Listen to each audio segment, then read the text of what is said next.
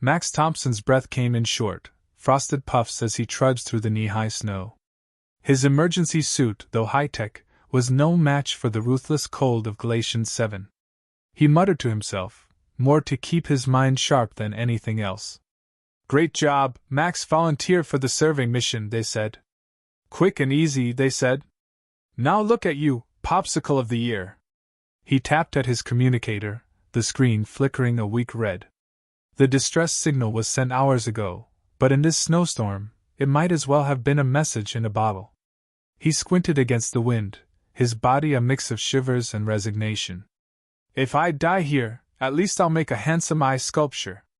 A shadow moved through the white haze ahead. Max blinked, wondering if his mind had finally snapped. But then it moved again, something huge striding with purpose. His instincts screamed danger, but his body, half frozen, could only manage a slow, jerky step backward. The figure emerged, towering and impossible. She was at least 13 feet tall, with smooth, pale blue skin that seemed to drink in the cold. Her silver hair cascaded over broad shoulders, and her eyes glowed with a soft, curious light. Her outfit was made of what looked like layered furs and strange, metallic weaves that shifted colors as she moved. Max's jaw dropped. Hi! She cocked her head, a motion that seemed oddly childlike for such an imposing figure. Tiny human? Are you lost in the frost? Max nodded, words failing him. His brain struggled to process the combination of her gentle tone and her sheer, monstrous size. She crouched, bringing her face down to his level. Her breath steamed, warm and smelling faintly of mint. You are cold. Your kind does not thrive in this temperature. She reached out, her hand large enough to palm his head like a basketball. Do you need warming up, tiny man? Yes. I mean, sure, if you've got a blanket or something. His voice cracked, his shivering reaching comedic levels. I won't say no. Her brow furrowed. I have no blanket, but I can provide warmth. Before Max could process her words, she scooped him up. His world spun, and then he found himself pressed against her chest, enveloped by her arms. Her body heat radiated through his suit, and for the first time in hours, the cold began to retreat. Max's mind raced, battling between comfort and a profound sense of absurdity. Thanks. I really owe you one. Her eyes widened, a smile curling on her lips. In my culture, a life saved is a life claimed.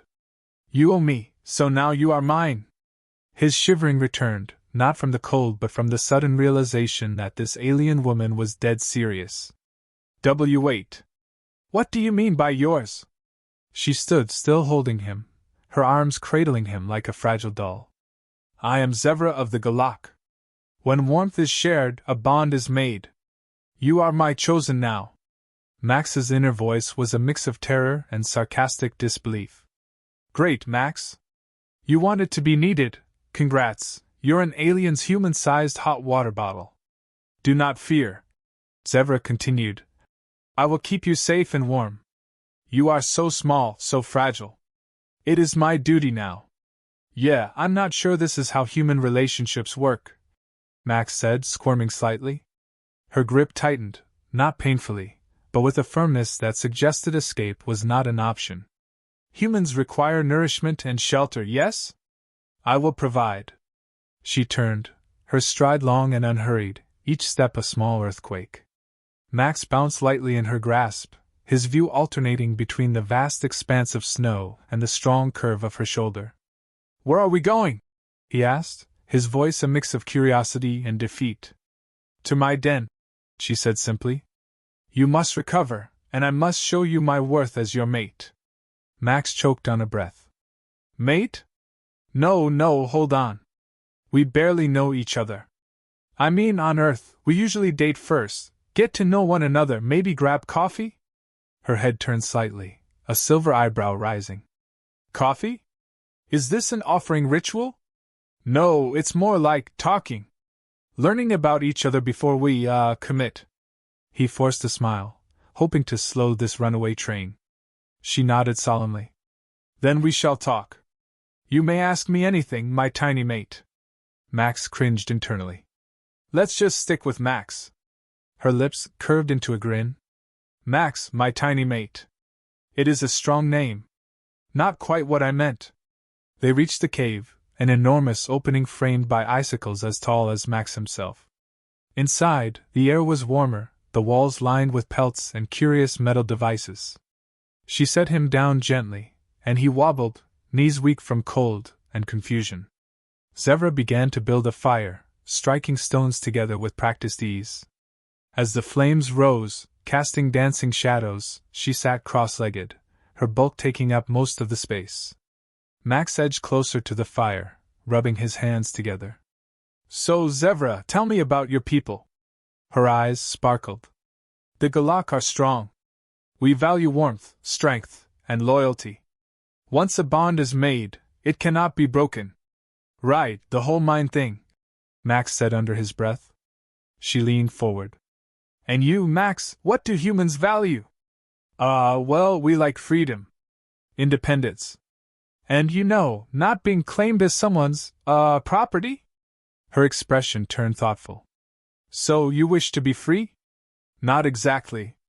I mean, I don't mind company. Humans usually choose these things for themselves. Her face softened, a surprisingly delicate expression on such a large frame. Then I will allow you to choose. Do you wish to remain with me? Max opened his mouth, closed it, then opened it again. The honest answer was complicated. She was terrifying, sure, but also warm, literally and figuratively. And with the storm raging outside, what choice did he really have? Yeah, I think I'd like to stay. For now. Her smile was bright and genuine. Then you are mine. And I am yours. Max sighed, a mix of relief and resignation. Guess that's settled. She reached over, lifting a massive fur and wrapping it around him. Rest now, Max, my tiny mate. The storm will pass, and then I will show you the world of the Galak. As he lay back, surrounded by warmth, Max's eyes grew heavy. His last coherent thought was a mix of disbelief and a strange, budding comfort. Trapped in the cold, needed her warmth. Yeah, this is definitely not how I thought my day would go. Max woke to the crackling of the fire and the soft, rhythmic hum of Zevra's breathing. He was still wrapped in the thick fur, his body nestled between makeshift pillows that were, on closer inspection, piles of alien pelts. He sat up slowly, his muscles protesting the movement. His communicator sat on a rock, the signal light still blinking weakly, a reminder that help was, at best, uncertain.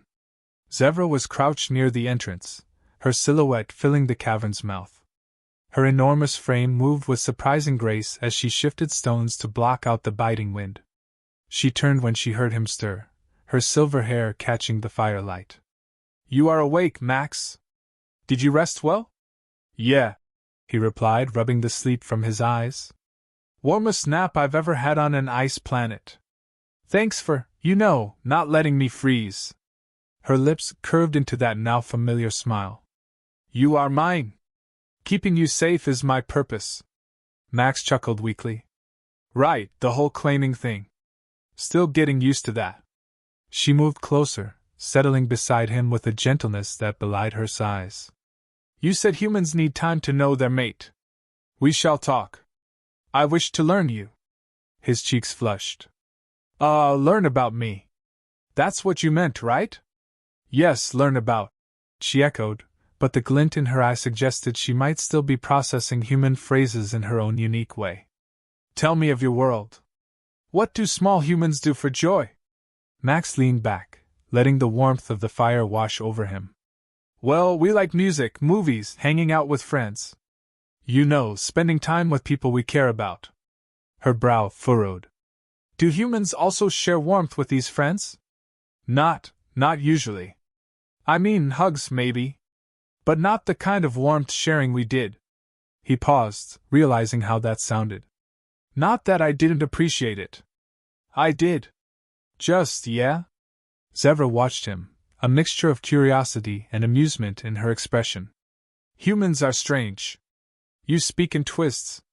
Say what you mean. Max sighed, deciding honesty was his best option. Okay. Back home, Being close to someone like that usually means you're, more than friends. Like partners. It's intimate. Her eyes widened. Then I have already shown my intent to you. I am a bold galak. His stomach did a flip. I mean, no complaints here. I just wasn't expecting to meet someone, especially someone like you, on a survey mission. Her massive hand settled next to him, palm up. Place your hand here. Max hesitated, then rested his much smaller hand in hers. Her skin was cool to the touch, but beneath it was the steady, comforting warmth he had grown to crave. Is this a galak thing? Yes. It is a vow of care. She drew her fingers around his hand, creating a gentle cocoon. When our hands touch, it is a promise. I will keep you safe, fed, and warm. And you will bring your human spirit to me. Sounds fair. He smirked, trying to lighten the mood. I'm pretty good at being human, if I do say so myself. She released his hand and reached into a satchel at her side. I have prepared food. It may not be what your kind is used to, but it will sustain you. She pulled out a slab of meat, nearly the size of Max's torso, and set it near the fire. The meat sizzled, and a surprisingly pleasant aroma filled the cave. Max's stomach growled, betraying him. Zevra's eyes sparkled. Your body speaks the truth. You are hungry. Yeah, just a bit. He tore a strip of the cooked meat, chewing cautiously. To his surprise, it tasted rich and savory, like a mix between venison and something a little more exotic. Wow, this is good. What is it? A snow beast. They are plentiful here. She said it so casually, as if dragging a multi-ton creature home was no big deal. I have also gathered roots and herbs. Your human body requires balance. He couldn't help but laugh. A 13-foot-tall alien nutritionist. My mom would be so proud. Zevra's expression shifted to one of mild confusion. Is your mother also your tribe leader? No, not exactly. She just worries. She'd probably tell you to make sure I eat my vegetables. He took a bite of a crunchy, pale root that Zevra handed him. It was bitter but manageable. You're a fast learner. I must be, if I am to care for you. She tilted her head, studying him. You speak of your family with warmth. Is this what makes humans strong? Part of it, yeah. We draw strength from connections. Family, friends, people we trust. He hesitated, his tone softening. It's been a while since I've felt that. She leaned closer, her presence a wall of heat. Then I shall be your strength. You are not alone, Max. Something in her voice, so genuine and unwavering, eased the tightness in his chest. He hadn't realized how isolated he'd felt until this moment. Thanks, Zevra. That means a lot. She brightened, a look of satisfaction spreading across her features. Then I am fulfilling my role as your mate. Max choked on his next bite, coughing until his eyes watered. Still getting used to that word. It is the correct term, yes? She looked almost concerned. Or do humans prefer another title? Companion? Protector? I could call you Tiny One, if that is better. Nope, mate is fine. It's just new. He smiled, wiping his mouth with his sleeve. I guess I'm your tiny mate now. Her expression turned serious. Yes. And I am your giantess. Together, we will endure. The sincerity in her voice mixed with the absurdity of the situation, creating a cocktail of emotions in Max's chest. He laughed, a genuine sound that echoed off the cave walls. Zevra joined him, her laugh a low rumble that seemed to shake the earth. As the fire burned and the storm raged outside, Max felt a sense of safety he hadn't expected. The ice world outside might be harsh and unforgiving, but here, wrapped in warmth and the company of his towering alien mate, things didn't seem so bad. Max sat near the fire, his communicator in his hands, its weak signal blinking a frustratingly slow red. He tapped it, shook it, and muttered a few choice words under his breath. Nothing. He sighed, looking over at Zevra, who was meticulously sharpening a bone blade with a rock, her focus intense. She glanced up, her silver eyes catching the firelight. Your tiny device is not working? she asked, her voice a soothing rumble. Yeah. It's supposed to send a distress signal, but this storm's blocking everything. I might as well be sending smoke signals. He ran his fingers through his hair, the exhaustion of the situation settling on his shoulders. I don't know if anyone even got my first message. Zevra set the blade down, the bones scraping against stone with a crisp sound. You wish to call for help? I can assist. She rose, her movements fluid despite her size, and reached for her satchel. She pulled out a metal cylinder, its surface covered in alien runes. Max raised an eyebrow. What's that? A signal flare, she said. If you need to call others to witness our bond, this will bring them. Max's eyes widened. Wait, no. It's not about I need to call my ship.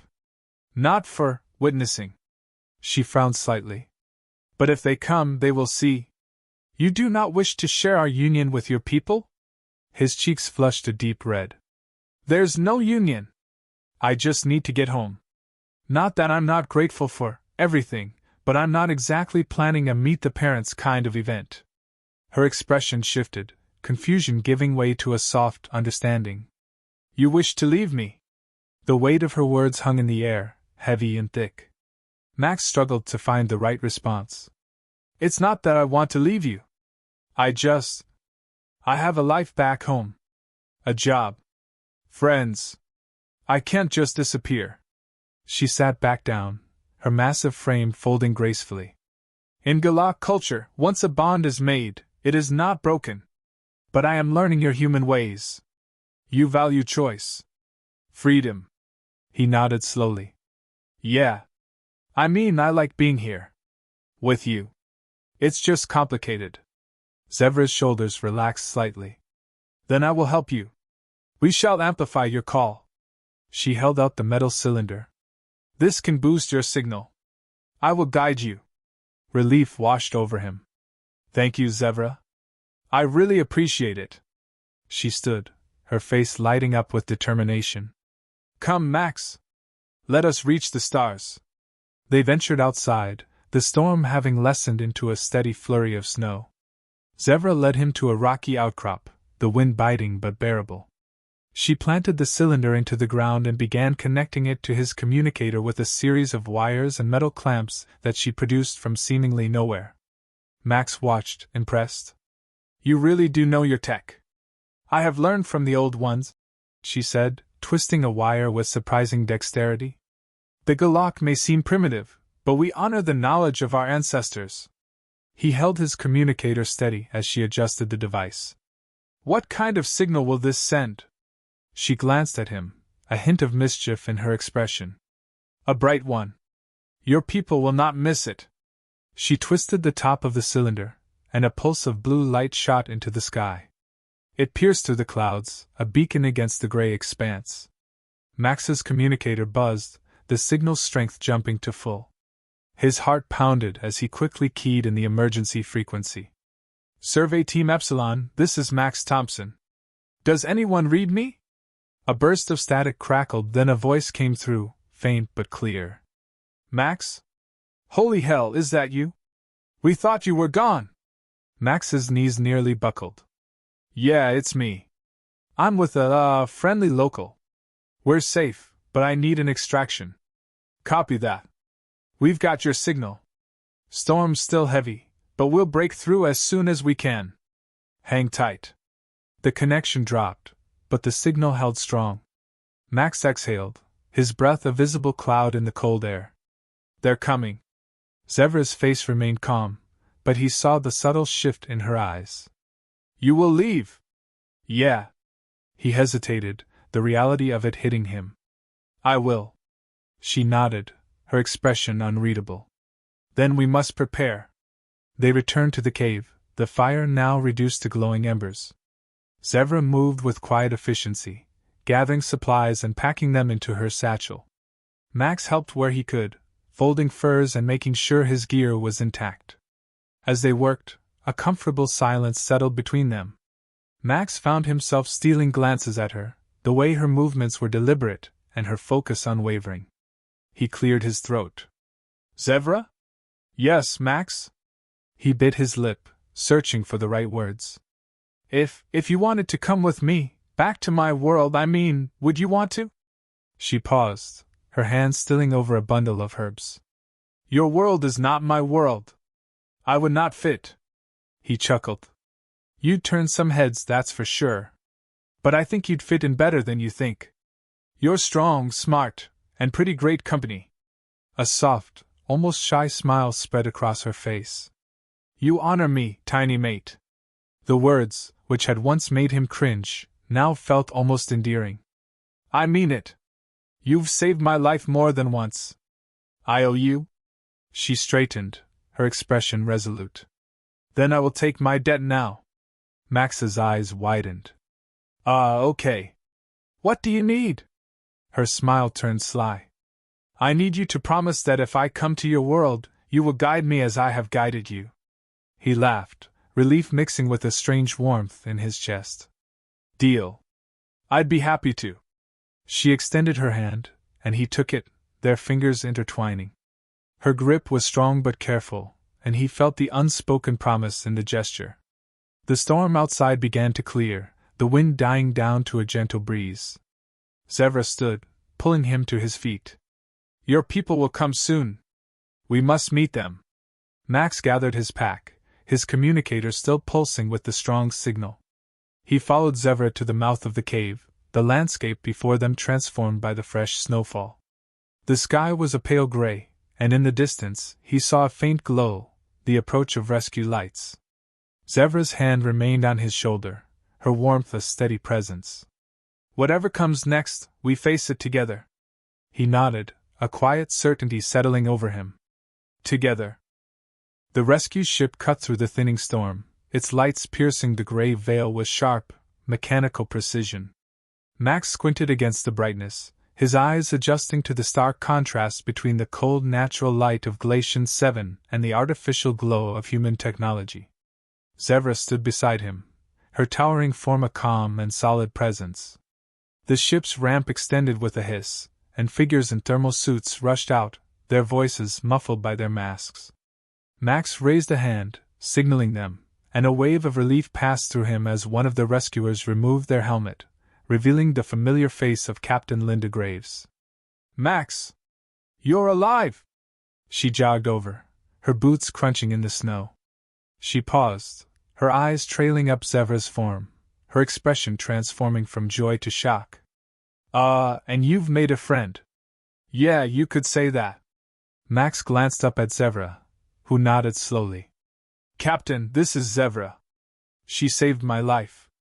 Linda's professional demeanor kicked in, though the subtle widening of her eyes betrayed her disbelief. Zevra, on behalf of the United Earth Coalition, thank you. We didn't expect, anyone. Zevra bowed slightly, her movements graceful despite her size. Your tiny mate was lost in the frost. It is my honor to return him to you. Linda shot Max a look that demanded explanation. He opened his mouth to clarify, but Zevra continued. Max is mine and I am his. Is this not your way? Linda's expression was a blend of amusement and confusion. Max? Care to elaborate?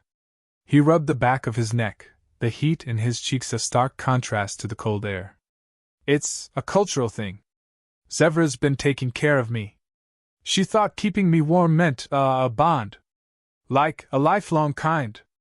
Linda smirked. So, you got engaged to a 13-foot-tall alien in the middle of a snowstorm? That's a new one, even for you. Max shot her a pleading look. Can we just focus on getting out of here? The rescue team moved in, setting up a portable heater and offering Max a thermal blanket. Zevra watched them with a cautious curiosity, her posture protective. One of the medics approached her, scanning her with a handheld device, and she stiffened, her muscles rippling beneath her furs. It's okay, Max said quickly. They're just making sure you're all right. Zevra relaxed, but her gaze never left the medic. Your people are strange. So small, yet so bold. The medic, a young man with nervous eyes, muttered. She's, really tall. He fumbled with his scanner, nearly dropping it. Vitals are stable. Stronger than stable, actually. Her metabolism is off the charts. Linda nodded, signaling her team to wrap up. Max, we'll need to debrief you once we're on board. And Zevra, if you're coming with us, we'll need to make some adjustments to the seating arrangements. Zevra straightened, her expression serious. I will go where Max goes. Max gave Linda a sheepish grin. She's kind of attached. The trek back to the ship was a surreal experience.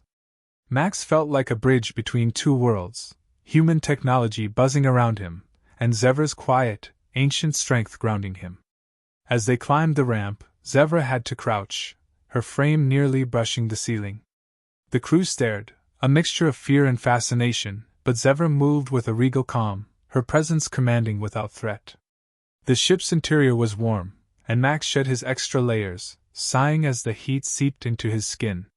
Zevra remained alert, her eyes tracing every detail of the technology around her.